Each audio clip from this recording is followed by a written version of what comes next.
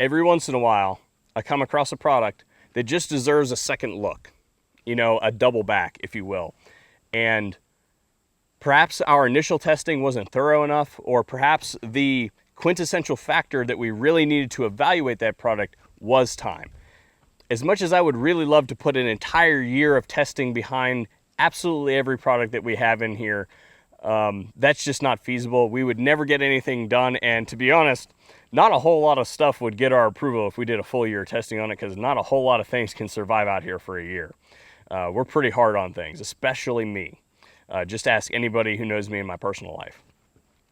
A good carry belt, a solid carry belt, is the base by which we carry all of our equipment as well as work out of as a responsible armed citizen. So it's exceptionally important. I would argue that it is the most important piece of carry gear that you can possibly carry. Right next to that would be a quality holster, and then the firearm at that point in time. That's how important it is to me to have a solid carry belt. And I've struggled for a long period of time to find a carry belt that works really well for me. At first I started with the nylon belt stuff, and I thought that I was just doing something wrong, but it was just me. Like, I just don't like the way a nylon belt fits me. I have several, and I use them for stuff when I need that level of retention for my equipment. If I'm carrying a whole bunch of equipment, like mag pouches and stuff like that, load-bearing equipment, yeah, a rigid nylon belt is something that I would go to. However, for my everyday carry stuff, I prefer a different brand, and we actually did a initial video on this particular product about a year ago. It was published in, I believe, June of last year, 2016, and I can honestly say that I have put in well over a year of hard use testing on this belt. This is the Trakline EDC belt from Core Essentials, and as you can see, it is a leather construction belt, but unlike your Walmart leather belt, this will not flex. I can sit here and squeeze the crap out of it, and it will not flex. And the reason that is, if we look at this end, and I'll roll something in tight so you guys can see, is there is a rigid polymer insert in there that keeps that belt from flexing. Gives you a nice solid base to work off of. Why it's called the Trakline belt is, if we look at this end, there is a ratchet system that interfaces with the belt buckle, 1/4 inch adjustments, and a wide range of adjustment that is instantaneously accessible to you, whether you need to slam a whole bunch of guns into your belt line, extra magazines, or perhaps you ate too much Mexican at dinner and you need to loosen that belt up a little bit. Gives you a wide range of comfortable, instantaneous adjustment on this belt. So we'll actually come back to this particular belt here in just a minute. It's here for a particular purpose, but my other Trakline belt is actually on me right now, and I carry pretty much 2 guns these days, and I used to carry 3, but I left my Smith & Wesson Shield in my brother's car, and he lives, you know, across the country. You know, that whole adulting and, you know, marriage thing has him over there, so I haven't got it back yet. Glock 19 in appendix, right like that, and if I need to adjust that, all I have to do after I've taken that thing out is give that thing a little bit of a pull, and now she's nice and snugged up, and my pants won't fall down or anything like that. But the other one that I usually carry is the TP9 SFX in the 4 o'clock position. And again, if I have taken that gun off and I need to adjust my pants, again, just give it a nice little tug and she cinches down and your pants won't fall down. So the reason I wore both these guns out here today is actually twofold. First, it's not uncomfortable to carry 2 handguns if you have a proper belt. So both these guns were easily supported comfortably on the core belt because it has that rigid polymer insert. And the second reason is to illustrate the wide range of adjustment that the Core Essentials belt offers. I'm wearing it right now with no guns on, and it fits just fine, and I can smash 2 guns in my waistline, and it's not that bad.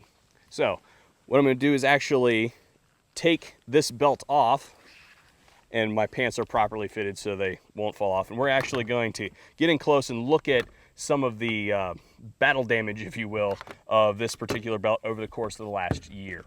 All right, so I'm just gonna pull these guys for you so you guys can run down the whole length and see what a year's worth of hard use looks like.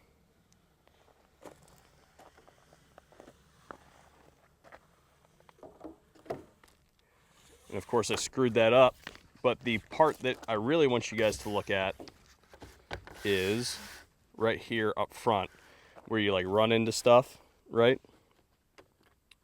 We look at these pieces of leather, a couple scratches there and there, you know, a couple hard points. That's probably right where my holster sits, right?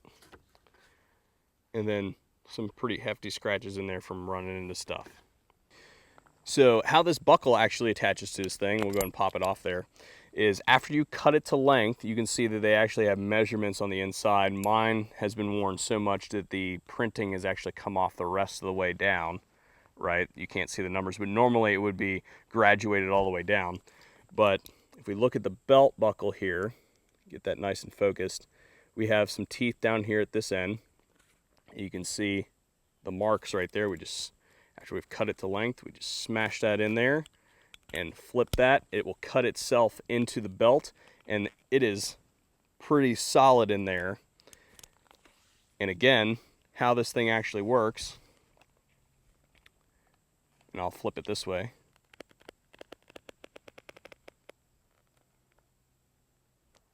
So continuing with our damage assessment on these belts, the leather looks great, especially for the amount of work that I put in on these belts over the course of the last year and some change.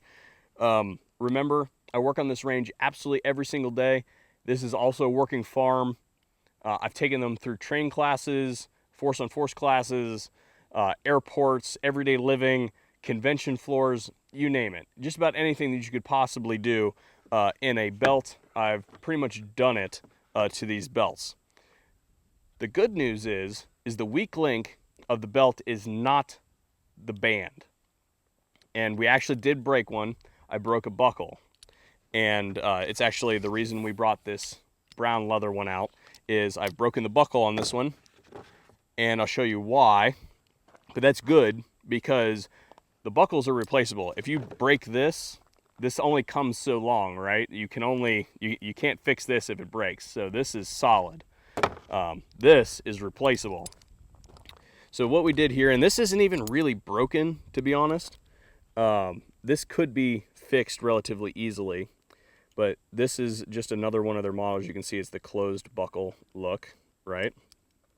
But we have a pin that has walked out right here. And that is the weakest link of the core belt right there, is that little pin kind of walked out. I think it looks to me like this part right here got bent, and that's why it walked out. But I could easily take this back to the vise and press it back together and make this thing fully functional again. I just wanted to show you guys that that is the point of failure that I reached. And actually, I reached it right after I got the new product from Core that we're gonna hop into right now. New Trakline belts. So those are the leather belts right there, right? These are still leather. And they still have the same rigid system in them that we discussed already, and the same Trakline system that we discussed. Oh no, I scratched my new buckle.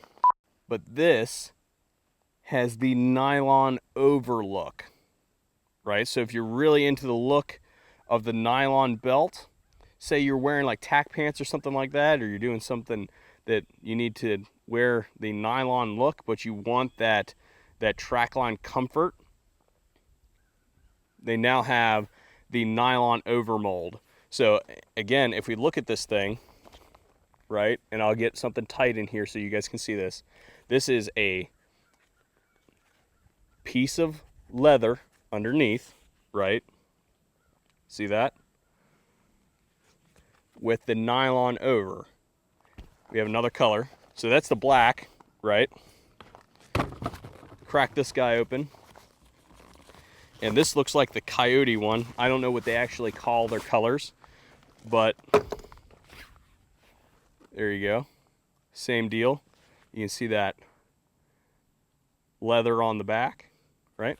same deal, you cut it to length, and instead of being just colored or printed on the back, these are actually embossed, right? So you cut this to length, you'd wrap it around yourself like so, you get your measurement. So mine would look kind of like that. I'd cut it like right there, chop it with a knife or something like that, and you're off to the races. So that is a pretty cool addition to the line. They have also upgraded their buckles, it looks like. This is the old kind of tattered up looking one, right? Off of my original core. This is the new one, right? So old guy, new guy. And you can see it's got kind of like a powder coat look to it. It's got a little bit more reduced sheen, I would say. So it's not quite as reflective. Still very good looking, and it looks to be just about the same. The teeth are a little bit bigger on the new belt buckle. They're less numerous but bigger, so they appear to be longer as well as wider, so they probably give a little bit better bite in there. Time will tell on that. And the same, spring-loaded track system for interface with the actual belt. So as I alluded to at the beginning of the video, as far as a personal preference is concerned, I just do not dig nylon belts. And whenever I can get away with not wearing a nylon belt, I wear my Core Essentials Trakline. This belt is rated, and I would say conservatively rated by Core to be a light to medium duty belt. Now, again, as I said, I've been using it for a little over a year. Several of the guys also have them. They've reported no issues. We've been beating the crap out of these things. We're pretty hard on stuff. So I would say conservative, light to medium duty. Now, don't get me wrong. I don't have a vendetta against nylon or anything like that. And I don't think that leather is the answer for everything. In fact, I think that, here's a data point for you.